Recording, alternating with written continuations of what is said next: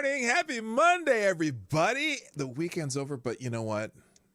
The week can be just as good as long as you get it started right? So I am here to make sure you get your week started right by catching up on a bunch of the stuff from the weekend and whatever else we do here, because sometimes it's just fun to talk to you guys. So good morning. I hope you had a lovely weekend. Did I have a lovely week? Well, you know what? Yeah, I did. Okay. I planned to get so much done this weekend. And then we went to Trail Stop. And if you saw the Trail Stop stream on Saturday, you know that we have a good time there. I mean, we just, there's a lot of people we hang out with, and sometimes people would join us and we'll talk about different things. And I thought it was pretty good. The Ann, or no, what was her name? I think her name was Ann. So someone we just met who works in staffing had a really good take on what's going on with COVID. And, I got a little, some minor disagreements with her and even my wife when we were talking about that. But it was interesting, and so if you ever come to the Trail Stop streams, you never know what's going to happen. We could end up talking about anything. We could be telling jokes. We could be having deep discussions about some things and not so deep discussions about others. But it's always fun. So if you ever get a chance, if you see a Trail Stop stream coming up, come check it out. Anyway, happy Monday. We're going to have a nice show today. We're just going to get caught up on some stuff. I got a couple things from the Discord server. Got some things from Twitter. Got some things from my favorite aggregator.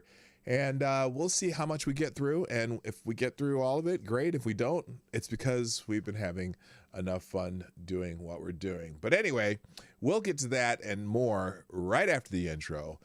Johnny, play that intro, will ya?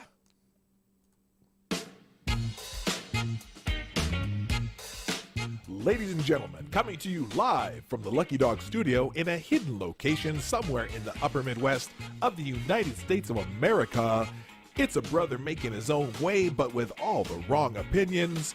Welcome to the Morning Night Live with your host, yours truly, PDawg Knight. Alrighty then, let's stop the music. Good morning, everybody. Welcome to the Morning Night Live. I'm your host, Marty, also known as PDawgKnight on the internet. Welcome back to the PDawgKnight Channel. It is Monday, the 4th of October, 2021. It's my father's birthday. My father who passed away about 10 years ago, and I always like to remember my dad on October 4th. It's a complicated guy. The guy I grew up with, my dad that I grew up with, I was adopted by this family, and man who gave me every opportunity that I could ever want. Even though we weren't rich, we weren't poor. My parents were both teachers with master's degrees. It did fairly well,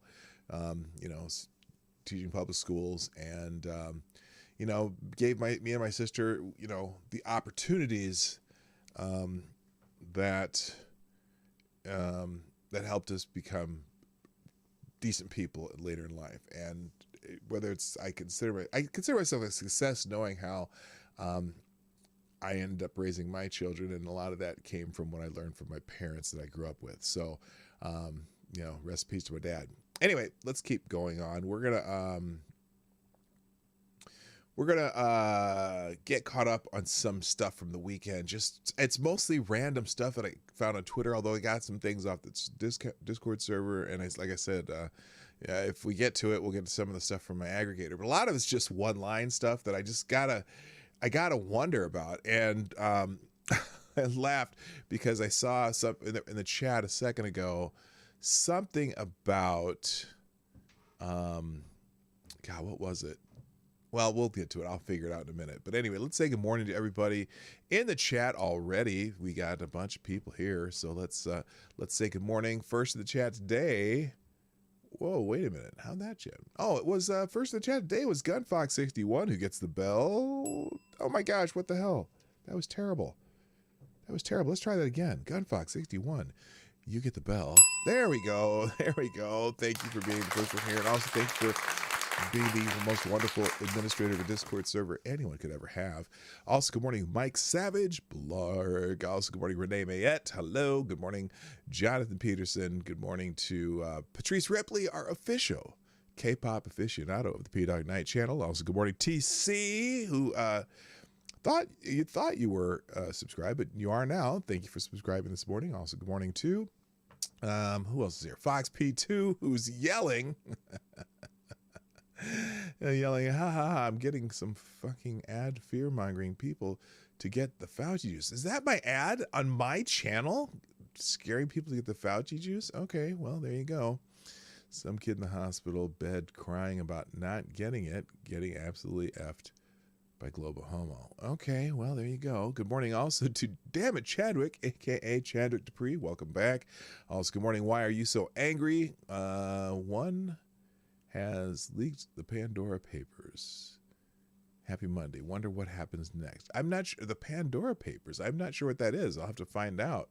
Also, good morning to Wandering Lisa. Welcome back again. Nice to see you back. Also, good morning to K-Shaw's in the house. There we go. And Nobody Not Me's here. Good morning. And Black Hebrew Israelite. That's right. Is in the house.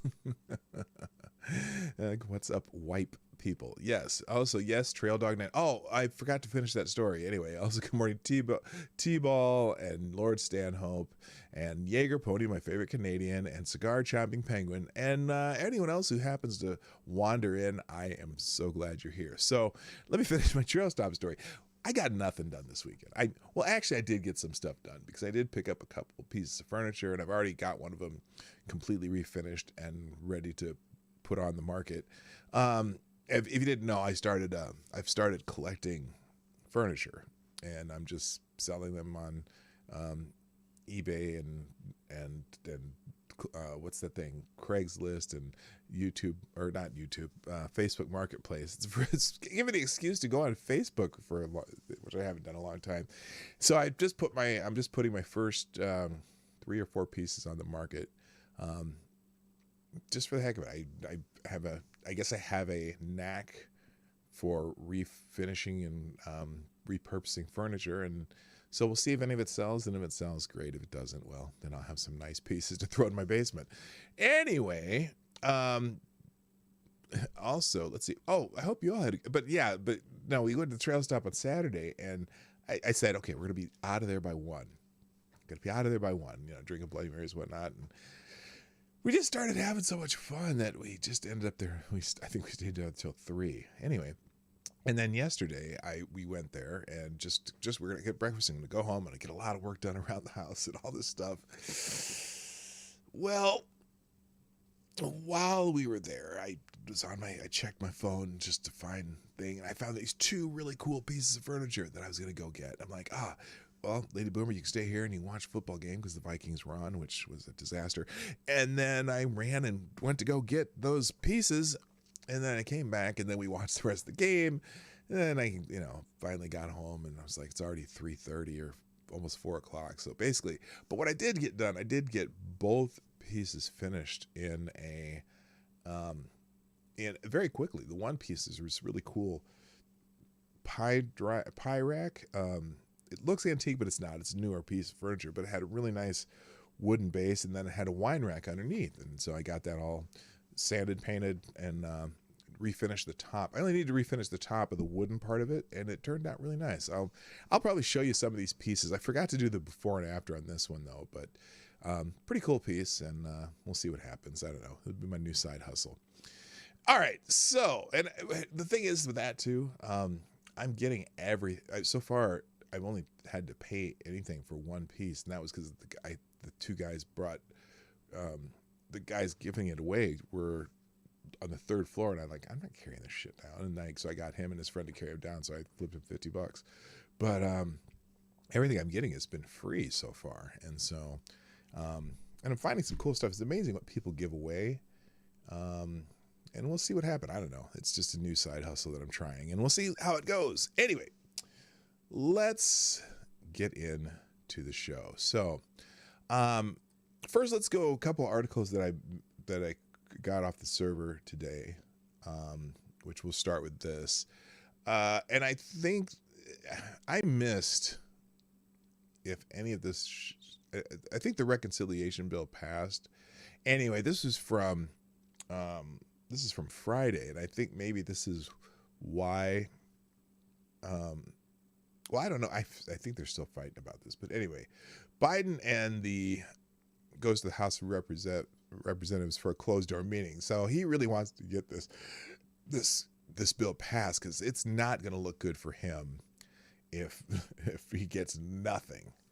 And you know, it's funny because the media will blame Republicans and they'll blame Kristen Sinema, which we'll get to Kristen Sinema in a minute, and Joe Manchin and all that. But still, it's garbage. If you put a garbage bill out that nobody wants, then you know that half your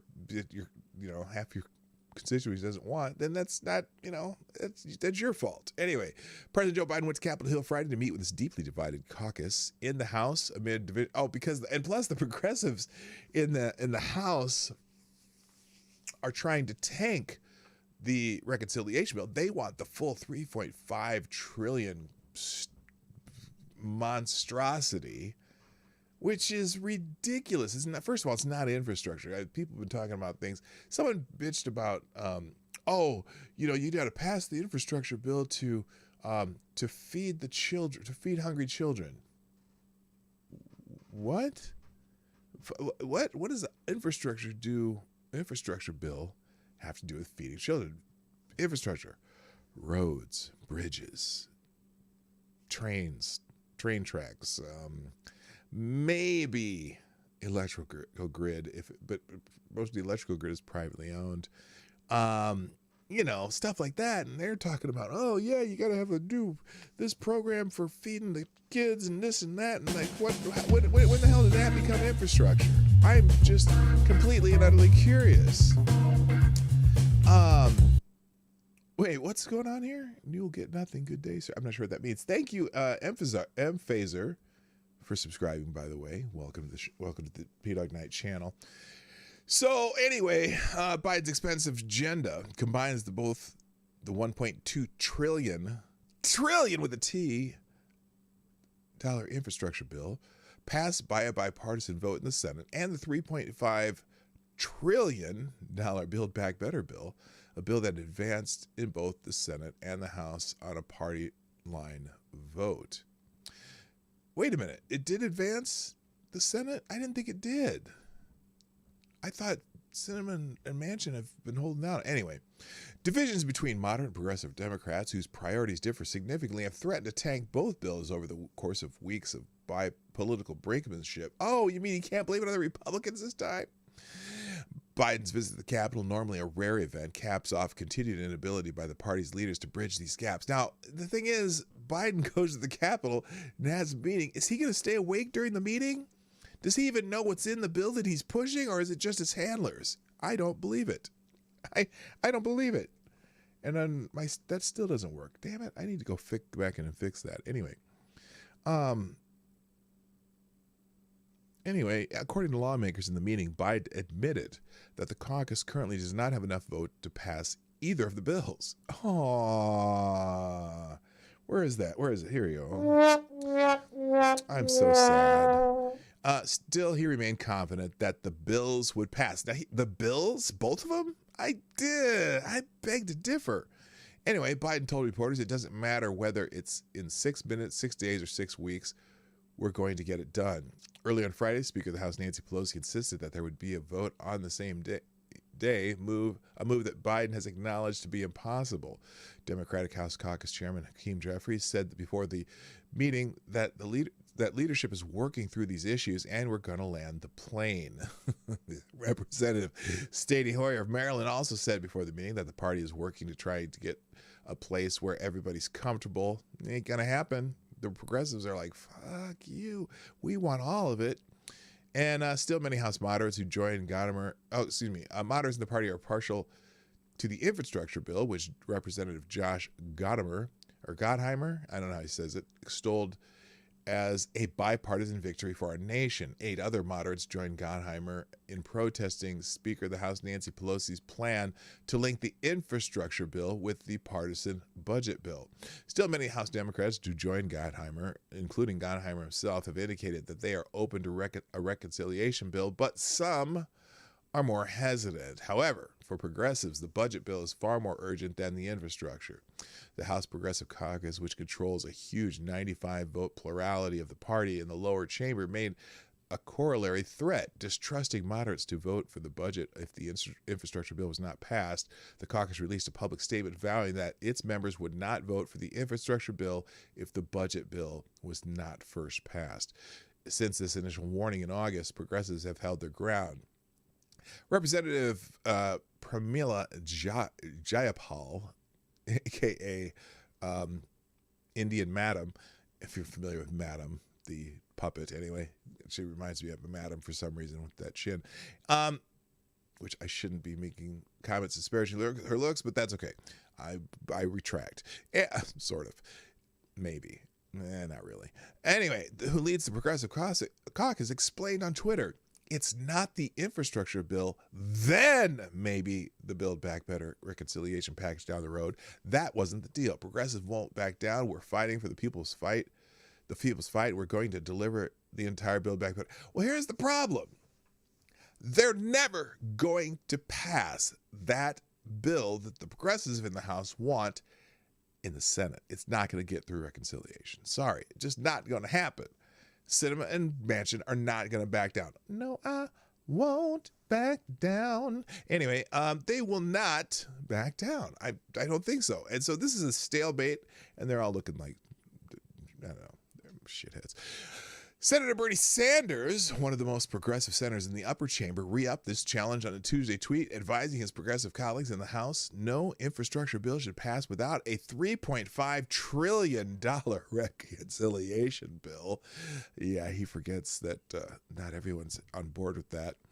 This is the agreement that was made. That is the agreement that must be kept. Physical infrastructure is important, but the needs of working families and combating climate change are more important. Yeah. On Friday, Representative Alexandria Ocasio-Cortez released a tweet adding to this chorus of protest. A picture attached to the tweet showed poor living conditions in New York City. How about you talk to your governor? Oh, wait. Well, not the one that resigned. Talk to your governor and mayors. That's not the federal government's fault. Anyway. Well, in some ways it is with all these the stupid 19 stuff. It's not about the numbers, it's about the impact. Ocasio-Cortez wrote, these are conditions in NYCHA. What? I don't know what that is. No winter heat, black mold, kids poisoned by lead. That is not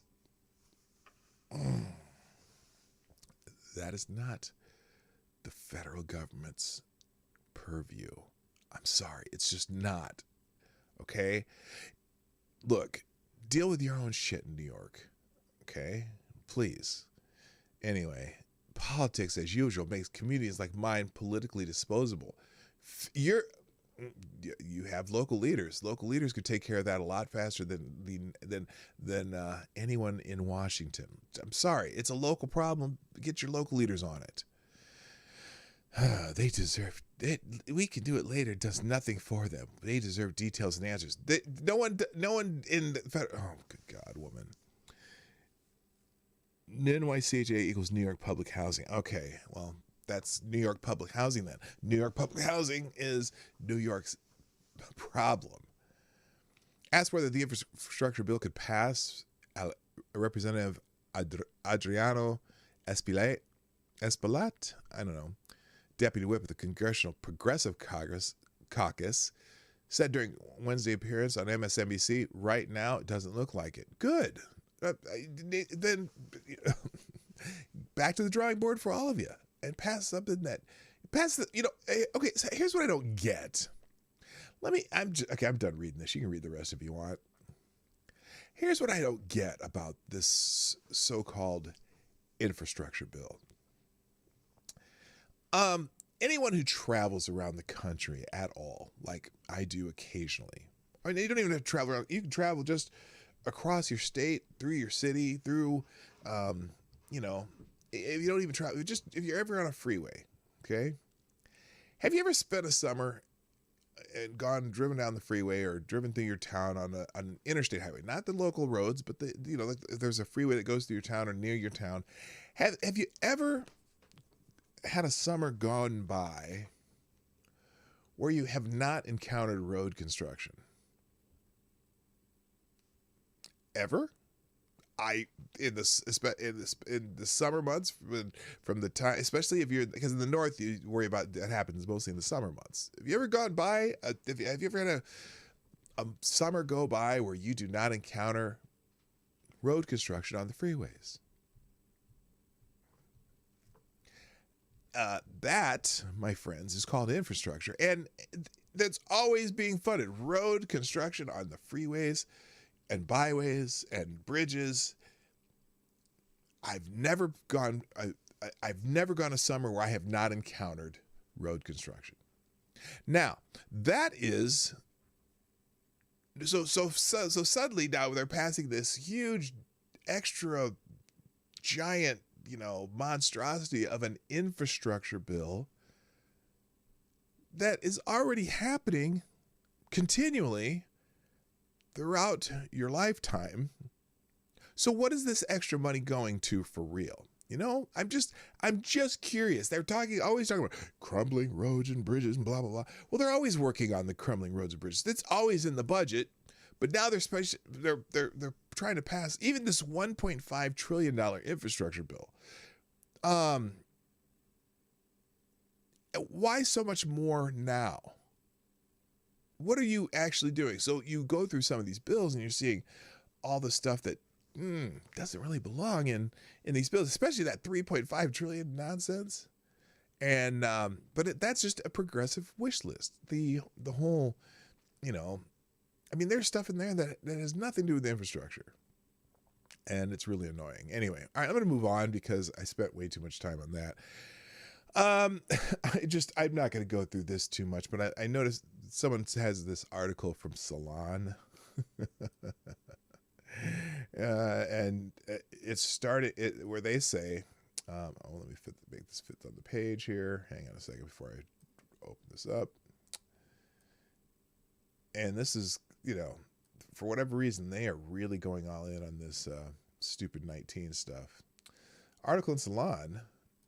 Why is this? Come on. Make this fit. Make it fit. If it doesn't fit, you must acquit. All right, here it is. It's time to start firing unvaccinated people. Trump fans are overdue for a lesson in consequences. Now, I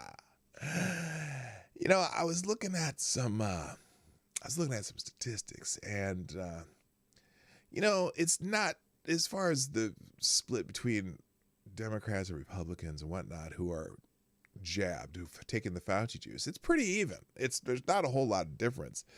But where the largest, of course, number of people who have not chosen to partake in the Fauci punch tend to be people of my demographic. Now, I don't give a shit about, I don't think of group think in my demographic because it's not necessarily what that is. But this person's like this writer, Amanda Marcotte, who's, if you're not familiar with her, she's a gem, I'll tell you.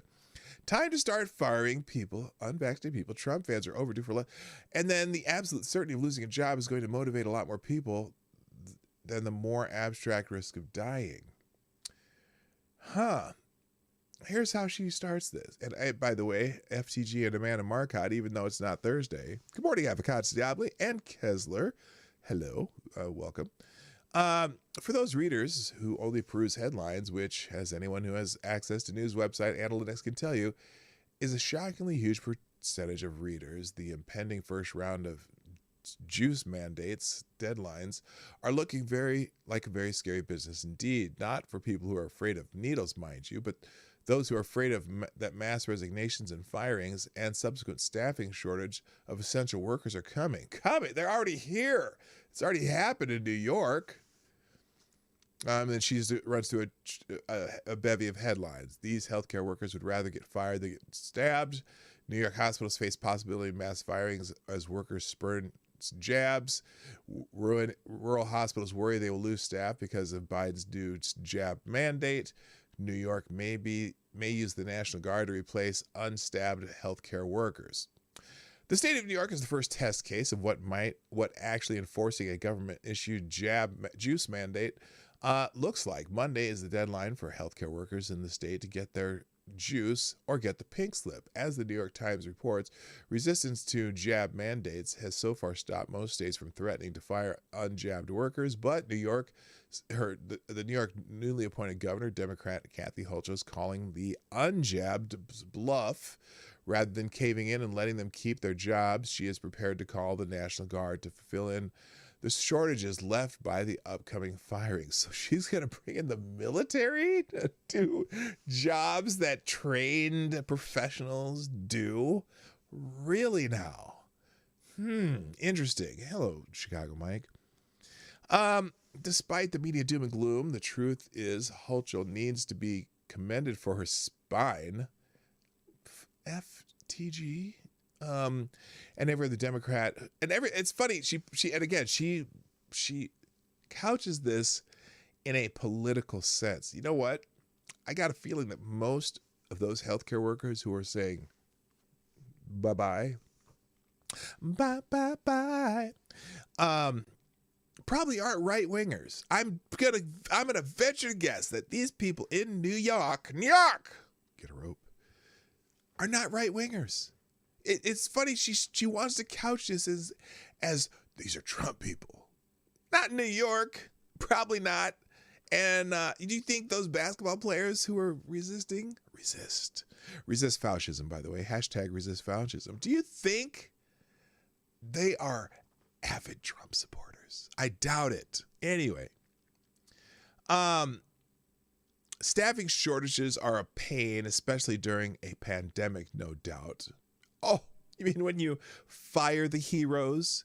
But staffing shortages are a minor issue compared to the damage caused by the unchecked spread of stupid 19, which is increasingly due to one cause: right-wingers who have made refusal to get jabbed a culture war and identity politics issue. Really, are the people who are not getting the juice the ones making this a political issue? All those brothers and sisters out there, I mean, colloquially, my peoples, that aren't wanting the jab, do you think that's the right-wingers? Unless such folks start tasting real consequences for their behavior, the U.S. is going to see another dark winter. As the stupid 19 continues to wreak havoc on our economy and healthcare system. They keep telling you that, and then we figure out that that's probably not the case. Putting up with staffing shortages is a small price to pay to make sure that Trumpers, a class of people clearly unused to the idea that actions have consequences, actually start feeling real pressure to get vaccinated. Yes, all those brothers and sisters and my Hispanic brothers and sisters who are the most hesitant are the Trumpers who need to start feeling consequences. I tell you, these dread-inducing headlines and anecdotal stories about healthcare workers quitting are concealing what is actually far the more important story. You think these healthcare workers are a bunch of Trumpers? Is that what you think? Vaccine mandates work. Work for what? By the way, so anyway, she goes on and on and on why this is the right wing's problem. I'm just like, are you kidding, lady? Are you out of your fucking mind? I'm sorry. The biggest demographics of people who don't want the jab are not necessarily the typical Trumper types. And all those hero healthcare workers you're firing in New York City when the hospitals are overwhelmed. I'm just, if I could work my exited out thing, I would do it. Anyway, in other news, John Hinckley wins an unconditional release. This is amazing to me. Federal judges approved the unconditional release next year of John Hinckley Jr., who wounded President Ronald Reagan and 3 others outside a Washington, D.C. hotel in a failed assassination attempt in 1981. Hinckley is now 66 years old and has been living outside a mental health facility for the past several years, a result of a gradual lightening of supervision. His lawyer said the momentous event of Hinckley's full release in June is both appropriate and required by law. There is no evidence whatsoever, Barry William Levine said, adding that Hinckley has an excellent prognosis. Prosecutor Katie Weston said the Justice Department agreed to a settlement, but wanted to monitor Hinckley for the next 9 months because of 2 big changes in his life. One, he's living on his own for the first time in about 40 years, and because one of his primary doctors is preparing for retirement and disbanding Hinckley's therapy group. The Justice Department said it would file a motion with the court before June if it has fresh concerns about Hinckley. Ultimately, Your Honor, at this point, the ball is in Mr. Hinckley's hands, Weston said. Senior U.S. District Judge Paul Friedman pointed out that very few patients at St. Elizabeth Hospital have been studied more thoroughly than Hinckley. In 1982, a jury found Hinckley not guilty by reason of insanity. He had been on trial for the shooting a year earlier of Reagan. White House Press Secretary James Brady, Secret Service agent Tim McCarthy, and Washington Metropolitan Police Officer Thomas Delahanty. After the verdict, Hinckley was committed to St. Elizabeth's Hospital in Washington, where he resided for more than 3 decades. Starting in 2003, restrictions on Hinckley gradually lessened. 5 years ago, the court granted him convalescent leave to live full-time in the community. Hinckley went to live with his mother in Williamsburg, Virginia. She died in her sleep this summer at age 95. Last year, the Justice Department has been ordered to stay away from actress... Last year, Justice Department of Behavioral Health proposed a release for Hinckley with no conditions, telling the court he posed low risk for future violence. The department reiterated that the proposal earlier that year. Hinckley previously has been ordered to stay away from actress Jodie Foster, whom he said helped inspire his assassination attempt, as well as the families of Reagan and others wounded during the attack. The court has allowed him to release artwork and music under his own name, and Hinckley created a YouTube channel where he sings and plays guitar. He had been working in a Virginia antique mall before the coronavirus pandemic. Okay, so here's the thing.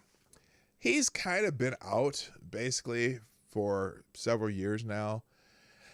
I guess at this point, after this many years, if he's gone through therapy, I think they can still keep an eye on him, even though technically they say they won't. I'm pretty confident that they will keep an eye on this guy, and just to be safe, and because they have ways of monitoring people. The fact they're probably monitoring you right now, and I don't know. I guess after all this time,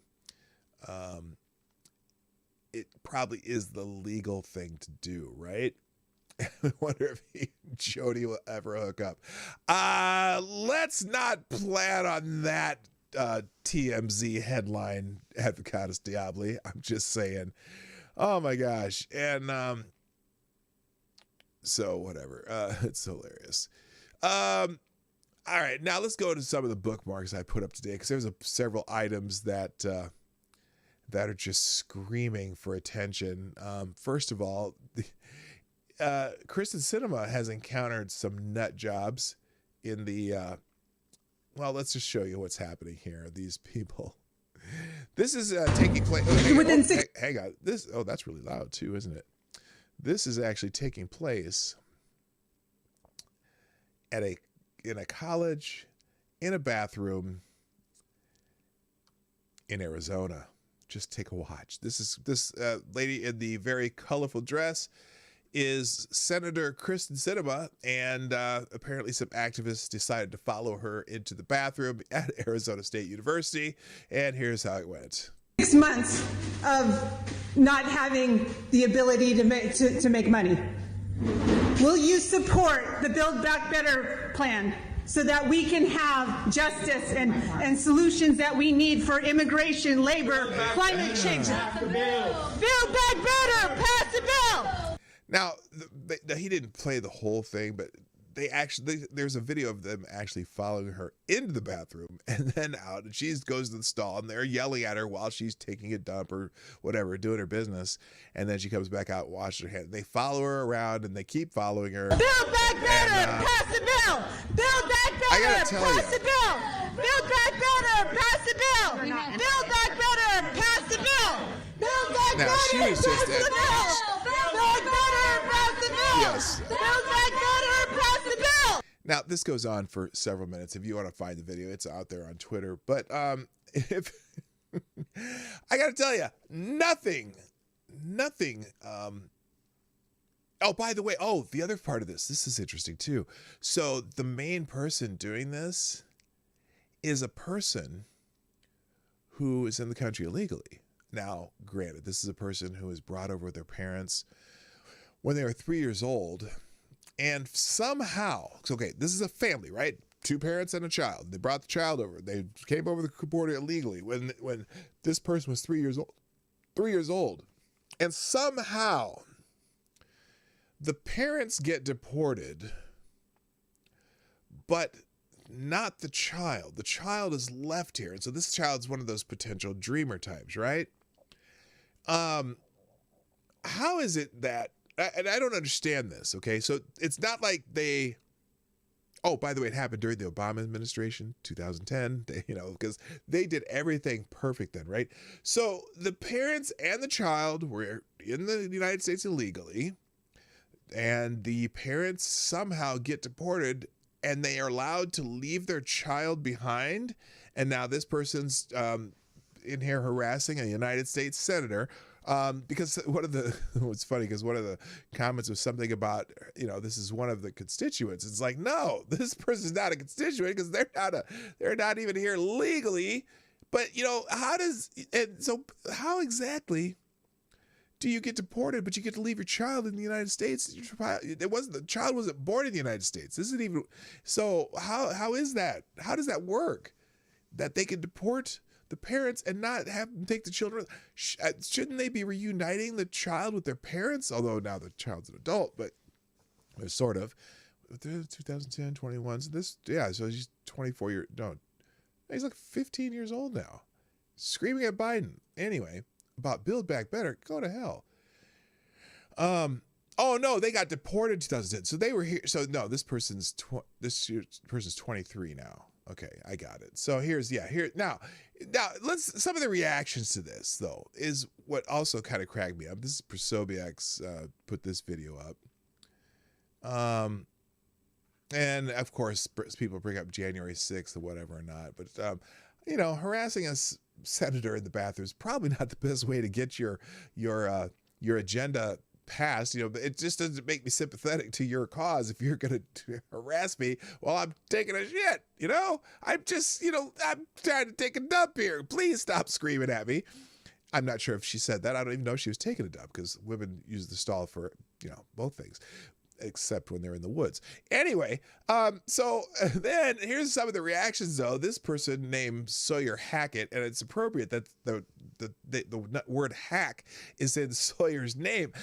Imagine coming to the U.S. at age 3, having both your parents deported and living in the U.S. for 20 years without a pathway to citizenship, only to be told that you're being counterproductive by confronting a senator in public for standing in the way. Now, here's the funny thing about that. When confronting the senator in public, you mean in the bathroom? Because there's the last place that you need to be confronting me as a senator is in the bathroom when I'm taking a dump. But the other part of this, again, coming to the U.S. at age 3, having both imagine coming to the United States at age 3, having both your parents deported and you not going with them. That's what I'm trying to figure out. Why did the child not go with them when they were deported? Why is this person living in the United States for 20 years without their parents? And because why would there be by the way, the question here, without a pathway to citizenship, no. There is absolutely a pathway to citizenship. Okay, there is absolutely a pathway to citizenship for this person. Go back, hang out with your parents, and apply for citizenship. That's the pathway to citizenship. Okay? I don't care if you've been here since age 3. I don't care. Why didn't your parents take you back? Blame your parents. Don't blame the United States of America. Okay? I just don't get it. Maybe I'm not sure. I don't get it. I'm trying to say. Now then he adds up with a follow-up tweet. Of course there are spaces that should remain private, but understand the desperation and frustration people face by inaction on this issue. Rather than jumping to frame it politically, it strips the humanity out of a deeply human issue. No, it does not. If that infrastructure or Build Back Better bullshit bill doesn't pass, it's not going to change your life at all. Okay? That that bullshit. Did anyone prevent her from applying for citizenship? No, not at all. No, that's what I'm saying. Nobody, not me. Wonder what happens to the truly undocumented children. I don't know. That's just it. Good Lord. Anyway, and then people need to understand that how hard the Latinx community worked to get this woman elected. Well, first of all, there's no such thing. Well, this person makes this point. There's no such thing as a Latinx committee because Latinx is not a thing. Latinos, which encompasses the entire Latino community, and it can occasionally you might say Latina if you're talking about an individual person. Don't fuck with people's language. Don't insult people's language. I'm sorry. That's how the language works. Get over it and use it. Okay? Stop telling people how they should use their language. But there is no now I lost my train of thought. People need to understand how hard. Well, guess what? Guess what? So she says people need to understand how hard the Latino, whatever community worked to get this woman elected. So is the Latino community the only constituency of Kristen Sinema? Kristen Sinema is a statewide elected official who is replaced for a Republican. And guess what? That means a good portion of your state she's also representing are the Republicans of Arizona and people who have certain ideas about things. Remember, Arizona is a weird place when it comes to politics. Just because you have an R or a D in front of your name in Arizona, it doesn't necessarily mean that there's going to be what do you call it? Monolithic view or a straight line party view of anything. If you remember, John McCain, the Maverick, wasn't always the best representative of Republicans, right? And Kirsten Sinema is following in John McCain's footstep. Yes, we are calling her Maverick 2.0. So, anyway, thank you so much. First sponsor of the day, Theodore S. Preston, Esquire. You are the new Streamlabs Superstar sponsor of the day. Something tells me that Dog's in the house. Anyway, thank you, Theodore S. Preston, Esquire, who says San Dimas High School football rules. Thank you for the most patriotic China is asshole. The most patriotic donation you could possibly make on the PDawgKnight channel with the beautiful 1776. Thank you, sir. And you are greatly appreciated. I can't tell you how much I love you guys. And by the way, good morning, Richo. I didn't see you there. Good morning, sir. Also, Jaden Emerald's in the house. Somnambule Nation.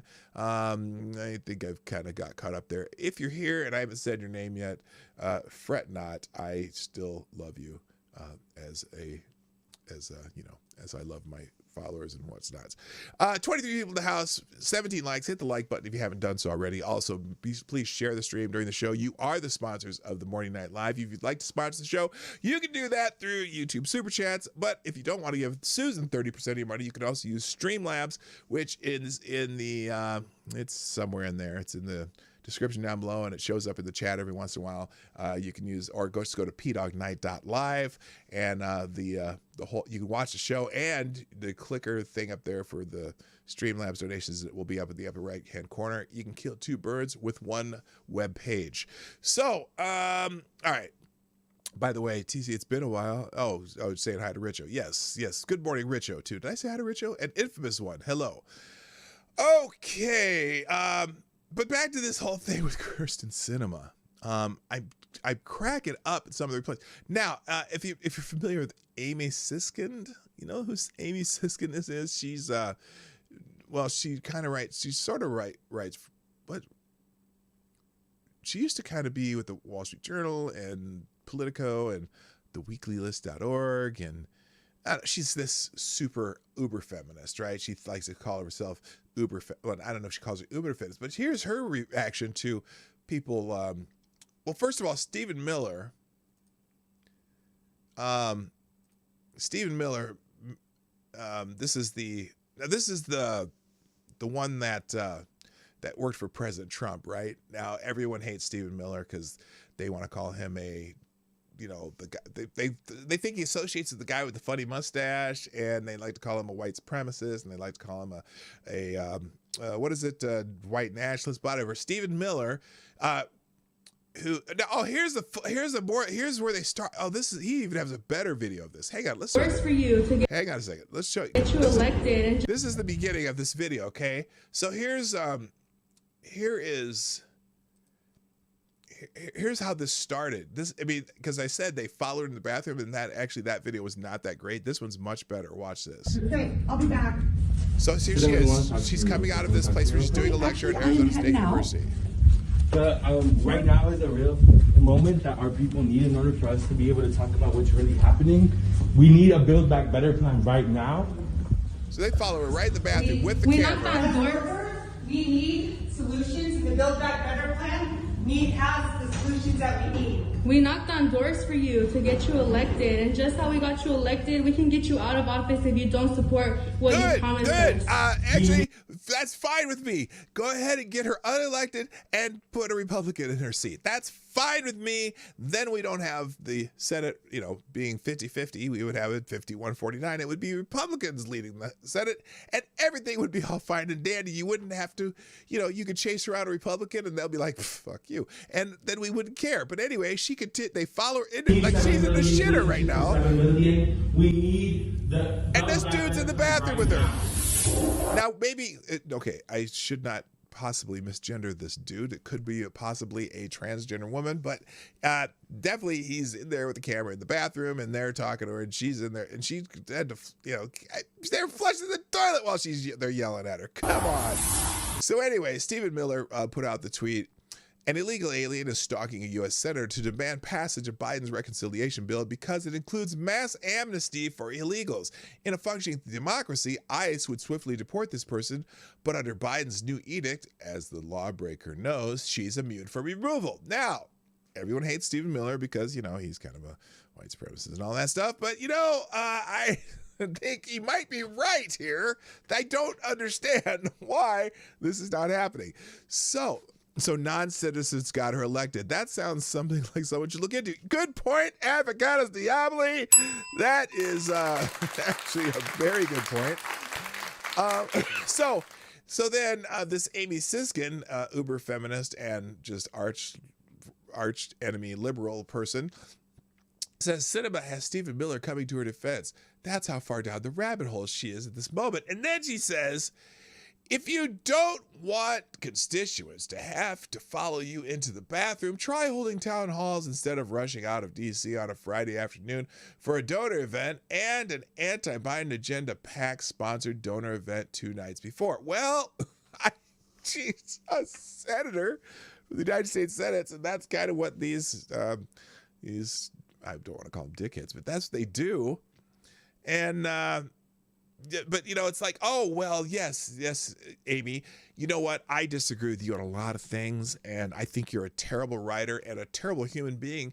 And so the next time I see you in public, and now granted, you can't vote for any bills that I support or vote against any bills that I don't like, but regardless, it's if you don't want people to follow you in the bathroom, Amy, maybe you should stop writing such bullshit on Twitter and in newspaper. So I think the next time we see you in public, we're gonna have to just follow you right in the bathroom, and then when you close the stall and you're in the middle of taking a dump, we're gonna just be screaming at you that, hey, Amy, you suck, and I think your type of feminism is bullshit.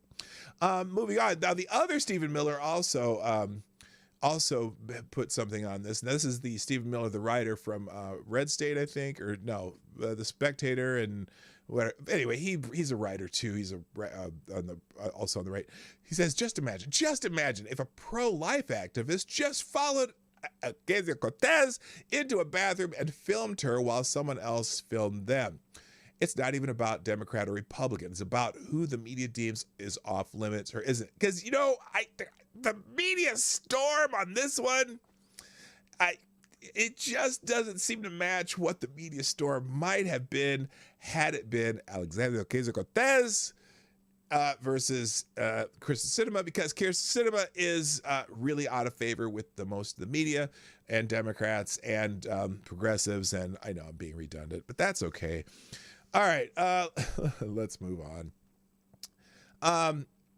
This was one that I am proud of, my home state, which I claim to be my home state, and this is just a one-liner. The great state of Nebraska, besides having a great football victory over Northwestern 56-7, or whatever it was, which Nebraska football needed that because it's been a long time since Nebraska football looked even halfway decent, but it's a whole nother story. But anyway, the great state of Nebraska, my proud home state, is the first state to refuse to comply with Biden's plan to let the IRS view bank statements. Now, because what's happening is now Biden wants the IRS to be able to go into your bank account on any transaction more than $600 and snoop into what you're doing. And I think the old limit was like $10,000 or $15,000 or whatever. But now everything that's over, if you go buy a couch and it costs $600, the IRS can come in and go, hey, what's going on here? What's going on here? You bought a $600 couch. So anyway, now it's funny. I'm laughing because I saw this and then I saw the first reply to this tweet. Wow, sounds like there are lots of you folks who have something to hide from the IRS. Guess that's why we're doing it. Oh, please, would you like some salt with that boot? Come on. All you people, the socialists calling right-wingers bootlickers during the Trump administration, all of a sudden are just taking, you're taking the boot better than Nina Hartley. I'm sorry, if you get that joke, you are some old school Christian Science monitor. Anyway, breaking news. AOC now claiming she was in a toilet just like that 150 miles away, and they feared they're going to come for her and murder her. Maybe worse, perform dental extractions. Okay, so, someone got the Nina Hartley joke. Anyway, it's funny because I know the name because my friends were always into, they knew all the porn stars' names, and I just knew the names. I didn't necessarily see the actual action because I wasn't really into it. But so they say that she could draw a good one. Anyway, okay, let's move on. Holy shit, I can't believe I said that. There was another bookmark that I had, and then I'm going to get into some stories here.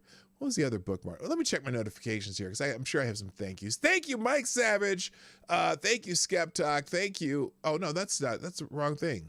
Well, I'm sorry. Thank you, Somnambule Nation, for tweeting out the show this morning.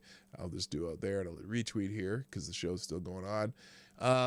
If you go onto your favorite social media, retweet or repost or whatever. Thank you, Tyler F. Thank you again, Somnambule Nation, and all the people who are doing that. Oh, by the way, I have a couple threads here from Jedi Ghost Bear. Apparently, in India,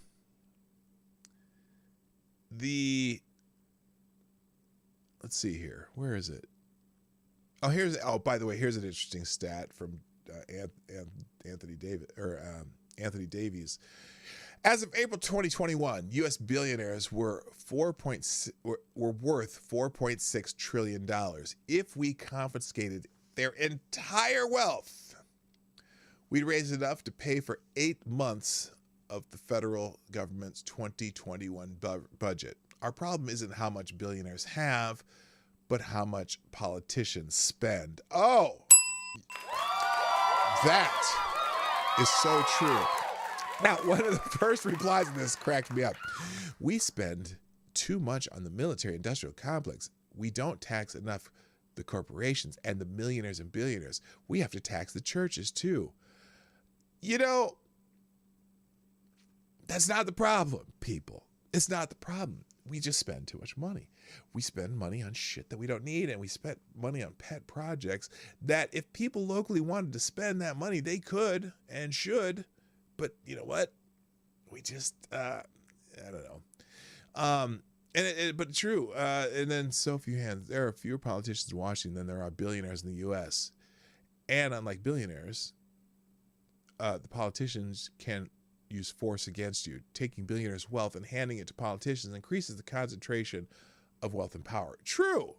You know, it's funny because, and that's the other reason why there's no possible way that that Joe Biden's plan, his tax plan or whatever it is, as far as, we're only going to raise taxes on people making over $400,000 a year.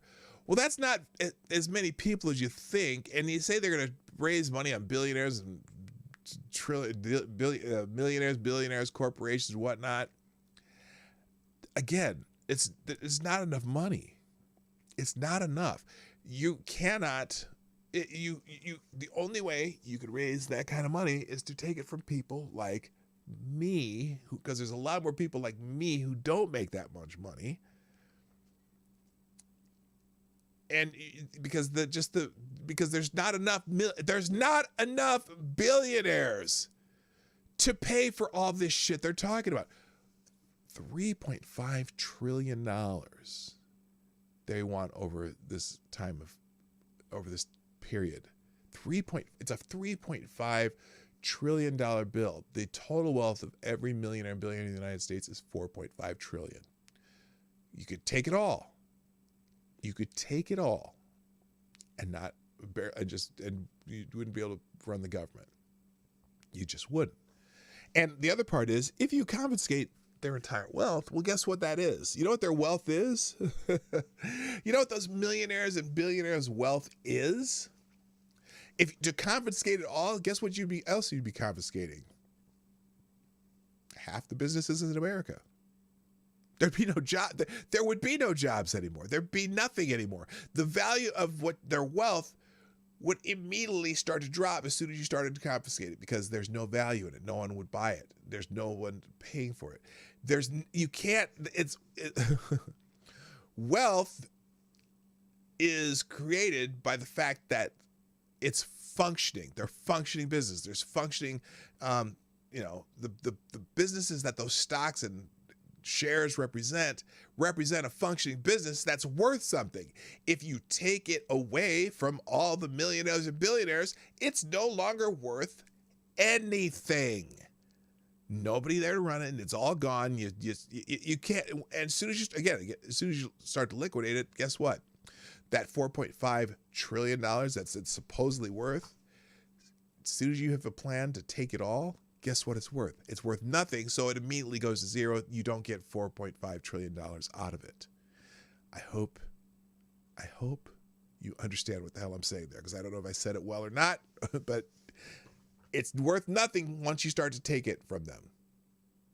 It's only worth something when it's functioning and producing and creating jobs and moving products and so on and so forth.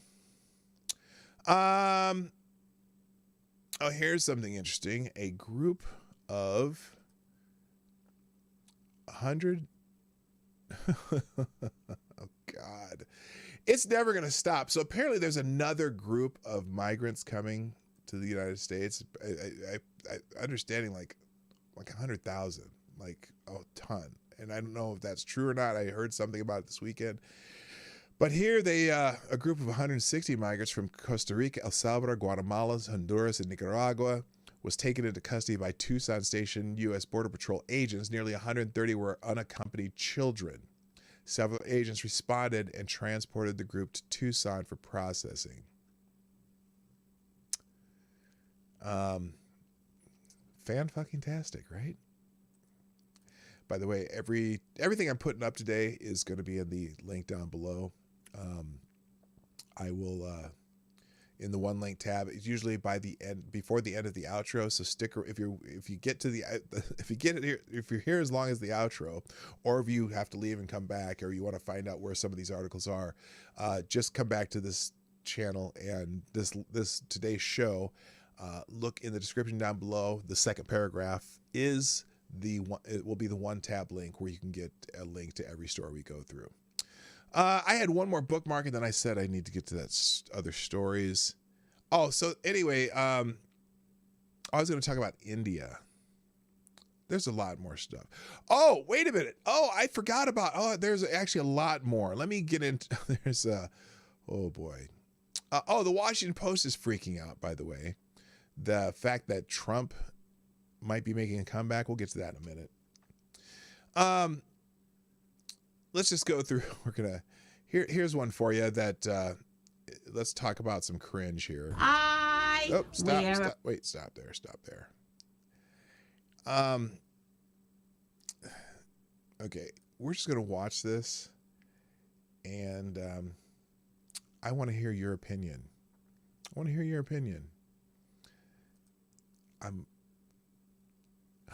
Patrice, awesome. That is so good to hear. I'm so glad things are working out for you. I knew that already, but just to hear you see you write it on Twitter, or excuse me, in the chat, makes me happy that you're in an apartment now. I'm so happy for you. You know I'm happy for you. Okay, let's watch this cringe, and if I comment on this, I'm going to start screaming and yelling. So we're just going to watch it, and I'm going to try not to throw up. But look at the kids. I want you to watch the kids during this. This is very important that you watch the children, because the children can kind of show you how they feel about this beautiful song that their teacher is attempting to teach them. They look so happy about this song. Listen carefully. 2, 3. I wear a mask to school. I wear a mask to school.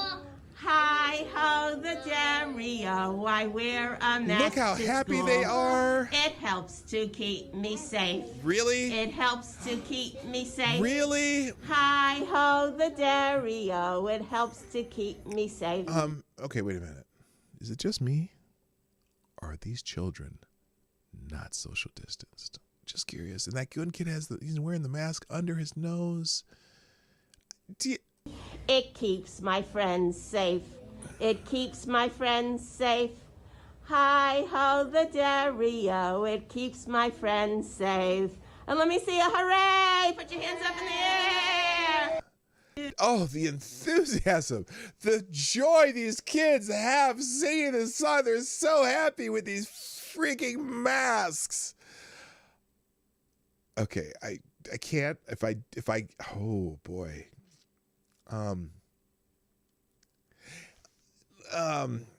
Okay, I need a one-word chat. I need a one-word description.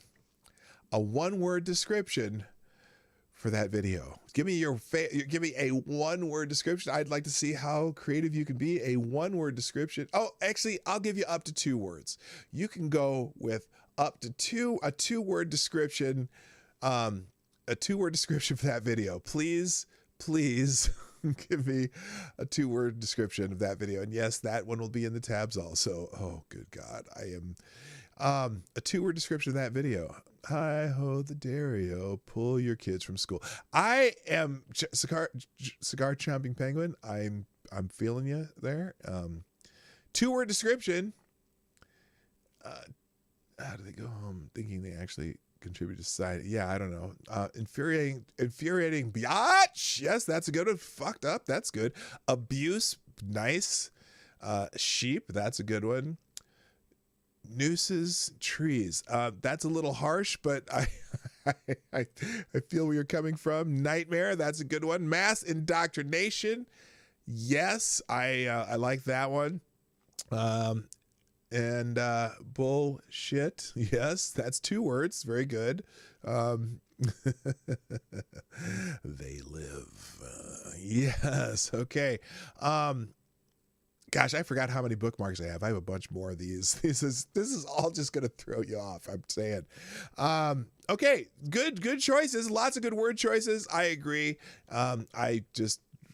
Mine was fucking bullshit and holy shit. You know, and it's interesting because Rita Pahini, who showed this, do Americans realize the rest of the world looks at this in horror? Even in COVID crazy Australia, we have never forced kids this age to mask. It's ridiculous. It's ridiculous. Kids do not carry the viral load that adults do. There's so much science behind why this is unnecessary. They say, follow the science. Science! You blinded me with science. Hello, Radavashio, by the way. Okay, there's more stupid. This is... So Tim Murtaugh, the former communications director for the Trump administration, tweeted this out. This is pretty funny. Because somebody named Richard Matthias, trade of Jane, tweeted out, well, tell me you're stupid without telling me you're stupid.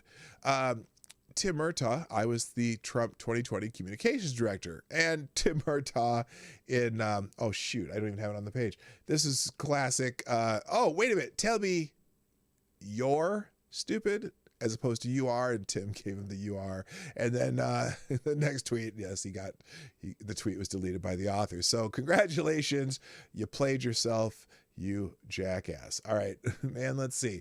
I just found that hilarious, and let's keep going. What else did I have under these? I had a couple other bookmarks. Let's just go do the bookmarks. I don't know if I'm going to get to the articles today, but I'll leave the articles that I pulled up. Because there are a couple funny things here. The crap reason, number 2 million on the list of why I homeschooled my daughter. Yeah, I feel you. This one, speaking of Australia, let's see. Let me see if this is an article or is this a video. I can't remember. Hang on. Couple videos here from Australia. One that I celebrated on Friday afternoon, I think, or maybe it was Saturday. I talked to Richo about this Saturday morning. Apparently this, what do they call them over there? They don't call them governors. I forgot again. But this lady, Australian premier, they call them premiers, of New South Wales, forced to resign after an investigation found she and others in the government were receiving millions from Pfizer to push draconian stab laws. How much is Biden getting? Good question. So here's her resigning. I have no option but to resign from the office of Premier. My resignation will take effect as soon as the New South Wales Liberal Party can elect a new parliamentary leader. In order to allow the new leader and government a fresh start, I'll also resign from the New South Wales Parliament once I've consulted the Electoral Commission on appropriate timing for a by-election, given the COVID restrictions. My resignation as Premier could not occur at a worse time. But the timing... No. There's never a bad time for you to resign, lady. We're excited for you to resign. Please don't let the boot hit you in the ass, the door. And hopefully the next person that ends up in there is not as fucked up as you are. But let's continue here. Is completely outside of my control, as the ICAC has chosen to take this action during the most challenging weeks of the most challenging times in the state's history. Well, that is the ICAC's prerogative. Resigning at this time is taking all that money in exchange for democracy should have been against every instinct in your being. Yes, it should have. Against every instinct in my being, and something which I do not want to do. Businesses should be open, and the government. Prerogative. Resigning at this time is against every instinct in my being, and something which I do not want to do. Businesses should be open, and the government's using this as an excuse to destroy them, and they know that. Do you, think do you think that the Premier of New South Wales wants to destroy business? I do. Why would she do that? Because it's her economy. Because she, as I tried to explain to you, that she's being directed by a lobbyist in Sydney who's being paid by AstraZeneca and by Pfizer tens of millions of dollars to get these policies through to make sure the vaccine is pushed. That's why. You asked the question, I gave you the answer. And that's my personal knowledge. And I'm happy to make a statement here to police or to anyone if they want to know what's going on. But okay, and here it is. Breaking from the court filings in the New South Wales Supreme Court case on mandatory stabs. The lead stab researcher driving all government policy in Australia received $65,330,038 in government grants covering 2020 and 2021. Grants of this size are unprecedented. So, yeah, they got paid off basically. And it's not a good thing. And so, good. She needs to resign. So the link to this video will be in or at least the link to this tweet will be in the description down below. Plus, I have more. Let's see. That's from Bullshit Man, who does a lot of. Oh, I don't want this. Don't you remember this? Here. In Australia, they're making it very clear that if you don't have a jab, you will not work. Inalienable human rights shredded. So here's the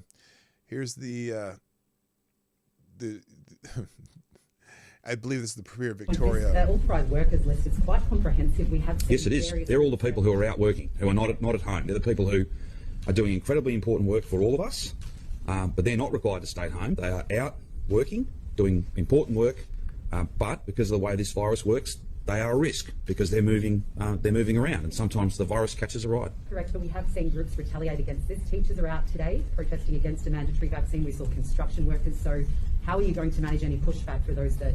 Well, Victoria Police will take whatever steps they need to take. So Protests they're don't work. going to put their boot in people's ass because they make choices. They're not smart. They're not lawful. This is a decision that's been made. It's about getting us open. It's not about protesting, it's the messaging. I guess Sorry? if there's people that don't want this mandatory vaccine, how do we manage it? Well, then they won't be going to work. Okay. It's very, very simple. It's very simple. We want to open the place up. I'm not taking lectures on freedom from people who will hold all of us back. Right? We want to be free. We're going to be. Gee, I wonder if they'll use this regarding climate change. I just wonder. I can't imagine that they would use this this is the precedent. Now they can tell you to do anything, and if you don't, then you will not be allowed to function in society. Yes, we're getting into a Chinese social credit system, and some people just don't care. They think it's great. Okay, I'm going to see if this is great when the Republicans come back in power, because this is going to happen. You think this is only going to happen down there? It's already happening here. It's happening in New York. At some point, the electorate's going to go, I just don't think this is the way we should be going. And then they're going to vote for somebody else. And then you guys, wait a minute. You gave those guys those precedents of what you can do as far as the government authoritarianism. Now, hopefully, actually, that we find people who are not, who just go in there that are not authoritarians, and maybe, just maybe we can slow the spread of this nonsense. Anyway, now this is another one I found fascinating, and I'm, let's see, let's fix this real quick. It's kind of more of a Twitter Monday, I guess. I should do that on Tuesdays. But anyway, so this is from someone named Mike Gonzalez. Mike Gonzalez is father, husband. He's from heritage.org. And he was in the Bush administration, Wall Street Journal, whatever. They realize that growing up in an intact family is what confers privilege, but instead of promoting this model, they seek to dismantle it. Is there a more destructive discipline? So this is someone who put something about dismantling family privilege. I'll put the article out here, but here's kind of just a highlight what this is about. Dismantling family privilege and white supremacy in family science.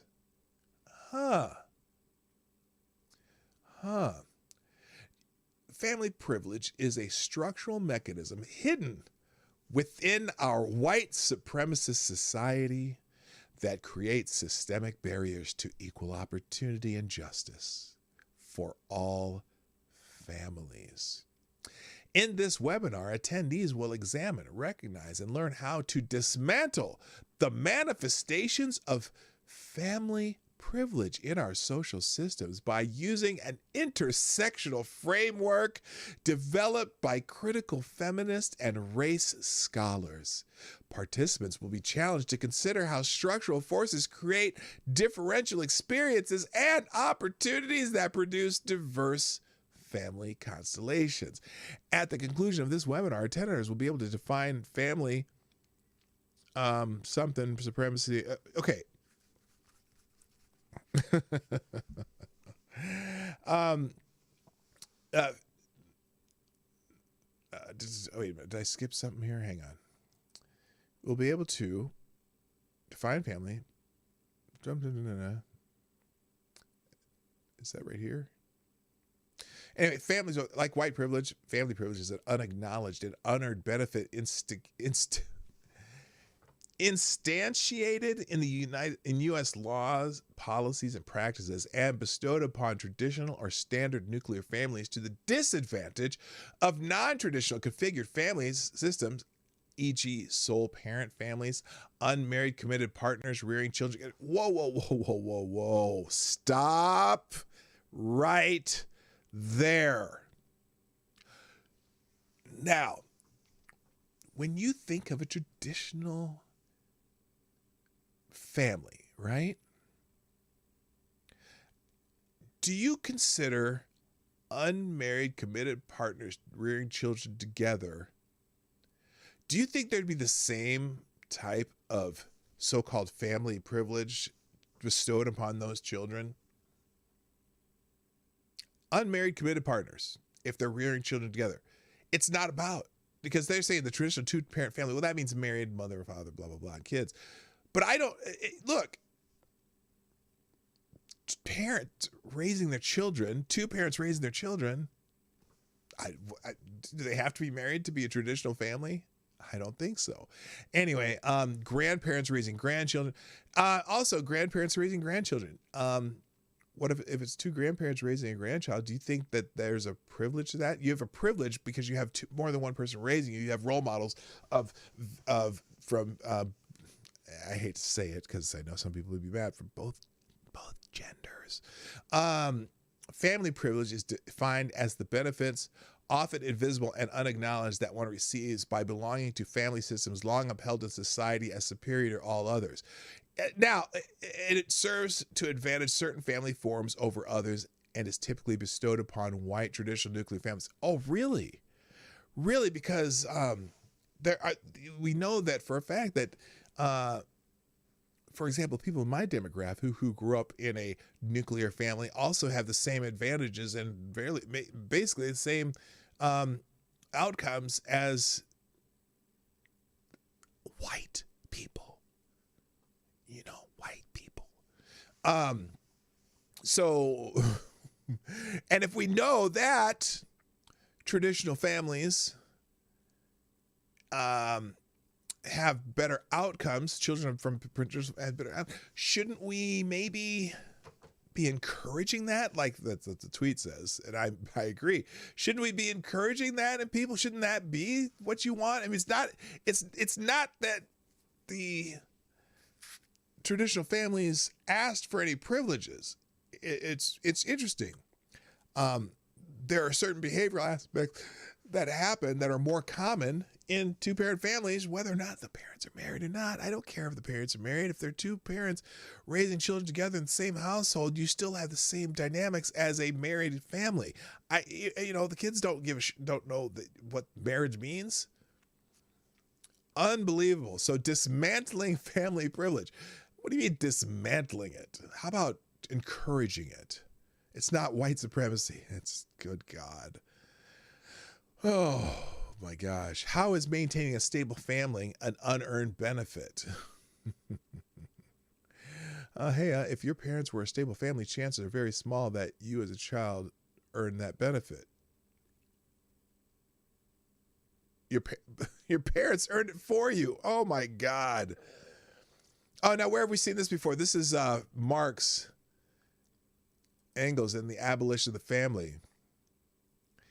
It is a peculiar fact, stated Engels a few months after Marx died, that with every great revolutionary movement, the question of free love comes to the foreground. By the mid and late 19th century, it was clear that to advocates that opponents and opponents alike that many socialists shared a propensity to reject the institution of the family in favor of free love, if not in practice, at least as an ideal. The Prussian and German Reich governments tried to muzzle the socialist threat to the family by drafting legislation in 1849, 1874, 1876, and 1894, outlawing, among other things, assaults on the family. However, the anti-socialist law that Bismarck managed to pass in 1878 contained no mention of the family. The utopian socialists Charles Fourier and Robert Owen had preceded Marx and Engels in their rejection of traditional family relationships, and many 19th century leftists followed their cue. The most famous political leader of the German socialists, August Bebel, though he was a staunch Marxist, wrote his immensely popular book Die Frau und der Sozialismus under the influence of Fournier's ideas. However, not all socialists in the 19th century were anti-family. Pierre-Joseph Proudhon, who wielded great influence in the French socialist and anarchist circles, wanted to retain the family institution, which he loved and revered. The anarchist Mikhail Bakunin, while jettisoning most of the traditional family ties dear to Proudhon, nevertheless thought that a voluntary natural family union consisting of a man, a woman, and their children would emerge to replace the extant legal family. Anyway, so this is not something new that people talk about. But it's funny, people casting this as a white thing. Clearly, I've never been to a poor white neighborhood. Half my friends growing up came from broken families. If most wealthy black families often are in that traditional family circle too, you know? So it's so funny that they make this a race thing too. But, you know, critical theory, the critical feminists and critical race hustlers and grievance grifters are going to find excuses for their own failures. So anyway. All right. Wow. Okay. Now I'm almost out of time. I'm just going to go ahead and finish up some bookmarks here. Let's see. Here's an interesting one on the jab. So in the UK, they're showing COVID vaccine in the UK, and it's the graph here is vaccine have made COVID-19 far less lethal. Now listen to this sentence and tell me what you first think of when you hear this sentence. A fully vaccinated 80-year-old now has the same mortality risk as an unvaccinated 50-year-old. Risk of catching and dying COVID-19 by age group before and after full vaccination. So a vaccinated 80-year-old now has the same mortality risk as an unvaccinated 50-year-old. And look at this chart showing how the risk, so here, again, even up here, the risk of dying for an 90-year-old is just barely over 1%. In the UK, this is using UK data. 85, right? So here's 85. The risk goes down to from just over 1% to just barely 1%, or 0.1%, or to 1. What? Wait a minute. What? Oh my God! Look at these. Okay, look at this chart. 1%, 1/10 of 1%, 100th of 1%, 1,000th of 1%, 1/10,000th of 1%. The risk of dying from stupid 19. So vaccinating someone 80 years old changes their risk from that of a 80-year-old to a 50-year-old, which is 0.1%. Why are we vaccinating? And at age 30 is from here. Why are we pushing this on kids? Why are we pushing this on the young? Look at this chart. Oh, you can't even see the whole thing. So I guess they're admitting that the younger you are, the less you might need the vaccine. Because here, 80-year-old changes by one. The vaccine gets you to the same mortality risk as an unvaccinated 50-year-old. Fascinating. In lots of countries now, the most people in hospital with severe COVID are double vaccinated or single vaccinated. We see through the lies, MSM. It's again, the fact that the pharmacy companies are spending a lot of money pushing this thing. I mean, the one I still am never going to understand why they made the big push for kids instead of pushing it for 80-year-olds in other countries. Of course, remember your natural. Have you noticed too that a lot of the people are pretty close to their average lifespan? A vast majority of them near their average lifespan that die from this too. It's just fascinating. It's just fascinating how they've pushed this so hard. All right, last one, and then I'm going to call it a day because I got to get out of here. Let me get to this. And then I do have a couple articles open, but especially the one about Trump. I'll show you the headline. You can read it yourself, and just maybe we'll talk about it tomorrow. And then I do have a happy story too. I will do the happy story before I go. Let's go to. I got one more in the bookmarks, and then I got a happy story, and then we'll call it a day. Oh, wait a minute. Maybe that was it. Psych. Well, this is it. This is the one I want to do. Well, here's I'll do both the Washington Post and the last article of the day. So here's a Washington Post opinion. I'll tell you what, or this is from their politics section, which is, of course, their opinion. As Trump hits a 2024 comeback, democracy advocates fear a worst case scenario for the country. Oh, you mean that Trump could actually win an election? Is that your worst case scenario? But no, listen to this. A year before the 2020 election, about 24 constitutional scholars and democracy advocates traveled to Washington to work through a range of scenarios where something goes awry on election day.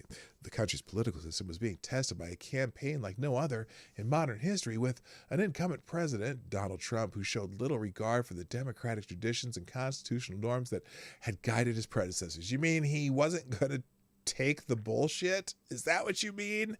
Anyway, and who repeatedly claimed that the only way he could lose was through rampant fraud. No comment. So the group considered a slew of hypothetical catastrophes. What do we do if a vigilante group takes over a major county tabulation facility and burns it to the ground? You mean like Black Lives Matter? What do we do if there's a military coup? Well, we know that General Milley probably wouldn't have let that happen. But as Tammy Patrick, and senior advisor to the elections program at Democracy Fund, tells it, I mangled that sentence, I'm sorry, the experts were too quick in retrospect to dismiss the outrageous as unlikely to happen in a country like the United States. Either we were not creative enough, or the norms of civility our nation has seen over centuries were not reliable enough, said Patrick, a former elections official in Maricopa County, Arizona. Our norms of civility?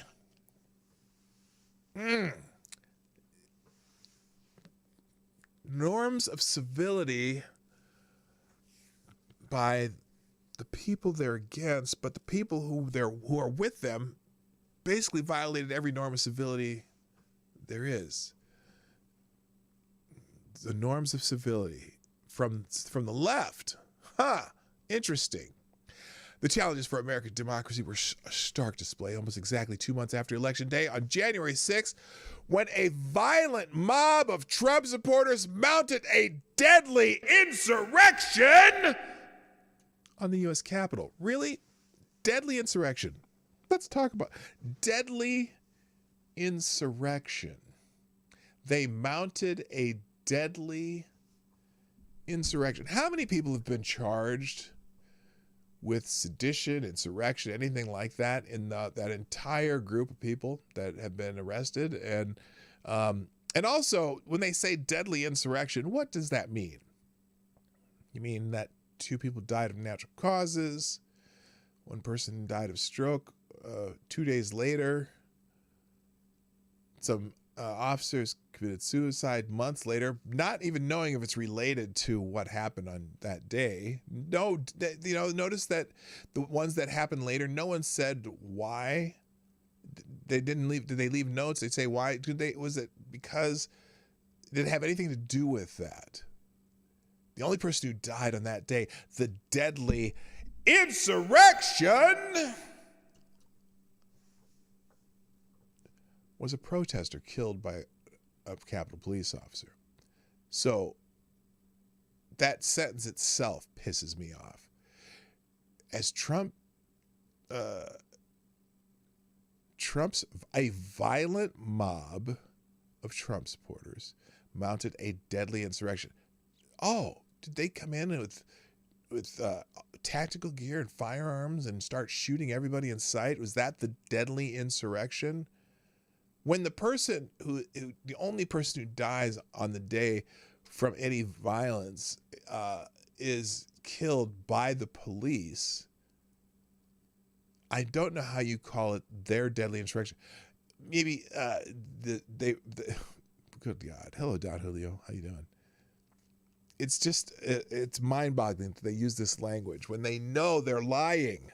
They're flat out lying to you in that sentence. It makes you then want to read the rest of it. But now as Trump, so basically the whole thing here is they're worried that Trump could win again. It's funny. There are so many articles about Trump right now, and you got to think: is Trump still the president? He's just living in their dreams. Now, as Trump looks and sounds increasingly like he intends to mount a presidential campaign rerun, Democrats and democracy experts, really, democracy experts. What democracy experts? I want to know. Specifically, who is a democracy expert, are grappling with what such a campaign and potential second Trump presidency would mean for the country. It means that Joe Biden sucks. Fuck Joe Biden. Oh, by the way, did y'all see the NASCAR thing where they were chanting in the background, fuck Joe Biden, and the reporter said something about, let's go, whatever the guy whose name won is. It was so obvious that they were saying fuck Joe Biden. Anyway, what a potential second Trump president, what would it mean for the country? What? We might go back to energy independence. Inflation might slow down. We might see gas prices drop because we produce our own energy. Maybe businesses will start working again because we might lower the burden and regulation on a lot of these businesses. We can get stuff made in America. Prices would drop. Maybe black people would be employed again and not be forced to have a job to work. There's a whole lot of things a Trump presidency could do for me right now, or anyone but Joe Biden, anyone but what's her name on her knees, Harris. Yeah, Brandon. Yeah, let's go, Brandon. That was hilarious. Let's go, Brandon.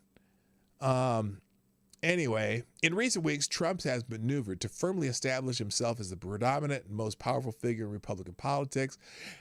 By the way, I'm not necessarily on board with a Trump run for presidency. I think there's so many things that would be counterproductive in a Trump run, but I wouldn't be upset if he won at all.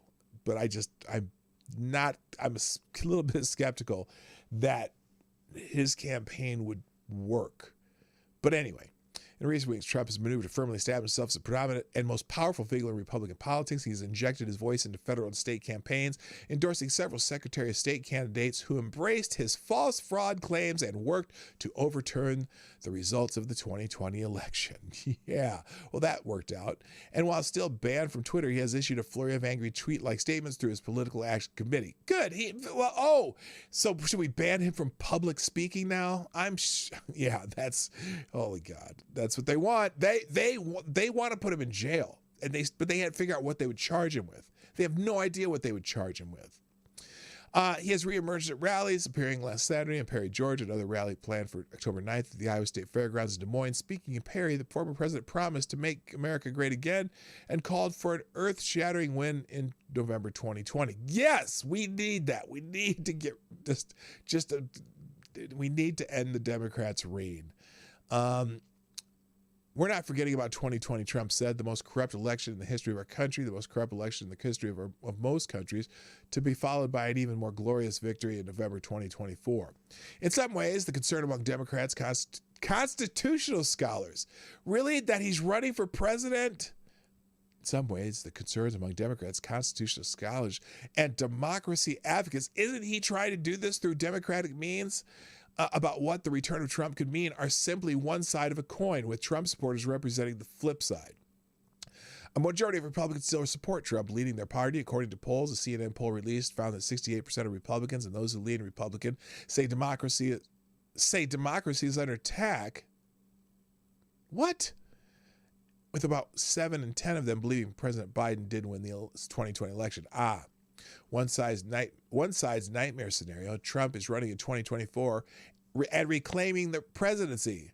Represents to the other side the democratic system working as it should. Why is it a nightmare? If he wins the election legally and fair and square, that means democracy is working. If he loses the election fair and square in 2024, that means our democracy is working. Why would it be a nightmare scenario? Oh, because he might go back to things that make America win again. How's that sound? I'm not against that. I just think I don't know if it's anyway. The threats to democracy the Trump critics envision are largely twofold. One real risk, they say, is that 4 years after the failed January 6th insurrection, Trump and his supporters emerge in 2024 more sophisticated and successful in their efforts to steal an election. You're already saying that they're going to steal it? Isn't that what you just accused Trump of earlier in this our editorial? More sophisticated and successful in their efforts to steal an election. Oh, is there no way they could win it fair and square? For me, the scary part is in 2020, this was not particularly sophisticated misinformation or disinformation campaign, said Matt Masterson, who ran election security at the Department of Homeland Security between 2018 and 2020, referring to some of the outlandish conspiracy theories of ballot fraud posted in the wake of the 2020 election by Trump allies. He added, we're talking about bamboo ballots and Italian satellites and dead dictators. In the future, Masterson said, these sort of falsehoods are going to become more and more advanced and nuanced, exploiting genuine areas of confusion in the electoral system and thus hard to combat. You're worried about him winning, though. That's your big worry. Look, the whole editorial here keeps going along this line. They are deadly fearful of the fact that there will no longer be a Democratic president in 2025. If they want to use Trump as the bad guy and say that he's going to come in and find new ways, again, like they said there, to steal an election. And they're prepping for it. And this is, what is it? We're first year term of Joe Biden in a shit show of a presidency and administration. And these people are just, they see the writing on the wall. This is a nightmare. It's not going to get any better if he steps down, because it's a puppet presidency doing bullshit that nobody wants, and they're scared. All right, last note. Let me finish this because I got to get out of here. This is great news, and I want to end with some great news today. So the baby, remember that baby that was handed over the wall back in Kabul, Afghanistan? Well, that child has been reunited with his family in the United States. Baby shown in several viral photos being lifted over a security fence in Kabul airport by Marines, has now safely arrived in the U.S. and has been reunited with her family, and is thriving in a home in Arizona. Good. I mean, regardless of what you think about the Afghans all coming here, this is good news. Baby has been reunited with his family. The baby, called Leah, is now living with her parents, Hamid and Sadia. The three are being hosted by friends in the greater Phoenix area while they get established in the U.S. For security reasons, the family's name is not being published. Hamid, according to the New York Post, was stuck inside a Kabul airport at the time, and he had been working as a linguist and cultural advisor for the U.S. military. He has been tasked with assisting in the evacuation. Sadia, as soon as she had recovered from difficult childbirth, came to the airport gate to try to gain entry, but Hamid despaired when he saw the conditions. They were using water cannons, flashbangs to control the crowd. Every time a bang went off, I could see my daughter start screaming and crying. I couldn't do anything to help. I knew she'd never make it through. She'd be crushed to death, God forbid, or severely injured, Hamid said. He then asked a Marine if he could physically take Leah and bring her over. He told me the only thing he could do is lift her over the barbed wire, but he said she'd be hurt. I told him she could be hurt. I told him I'll take the chance. I'd rather get hurt than die. Hamid further mentioned he was surprised that the photo of the incident wound up going viral. I think it was very captivating to see what was actually happening. It's one thing for politicians to go on TV and say how fine things are. It's totally something else on the ground, and when you can see it with your own eyes. So anyway, great story. Very happy for this family, and hopefully they will have a good life in America and be productive citizens, and more power to them. So, and thank you for Hamid for being assisting the United States in our mission there, even though the mission was very cloudy. People like you have helped us, and we appreciate it. So, all right, I got to move on and be gone. But, ladies and gentlemen, thanks for joining me today on the Morning Night Live. If you haven't done so already, before you do anything else, hit the like button, share the stream, and if you want to sponsor the show, you can find out down below there in the description. Also, remember, during the outro, I will update the description so that the one-tab link with all these stories and tweets and whatnot will be in a single link in the description down below in the second paragraph. That's it for me today. Hope you all have a wonderful day. I'll see you again tomorrow. My name is PDawgKnight, and I'm out of here. Bye-bye. Have a fantastic day. Hey, this is PDawgKnight, and thank you for watching today on the PDawgKnight channel. If you have an observation or remark you'd like to make about this video or my channel, I absolutely welcome you to write it in the comment section down below. I really look forward to hearing from you. And before you go, if you like what you saw but you're not already subscribed, please make sure you hit the subscribe button and definitely click that bell that pops up afterwards so you'll be notified when I post new videos or when we go live. I broadcast my live show, The Morning Night Live, Monday through Friday at 10 o'clock Eastern, 9 o'clock Central. A special thank you to all the supporters of this channel who share our videos on social media and who make donations through Streamlabs, YouTube, Venmo, and Cashapp, which are all linked in the description down below. Thanks again, and until next time, I'm PDawgKnight, and I'm out of here.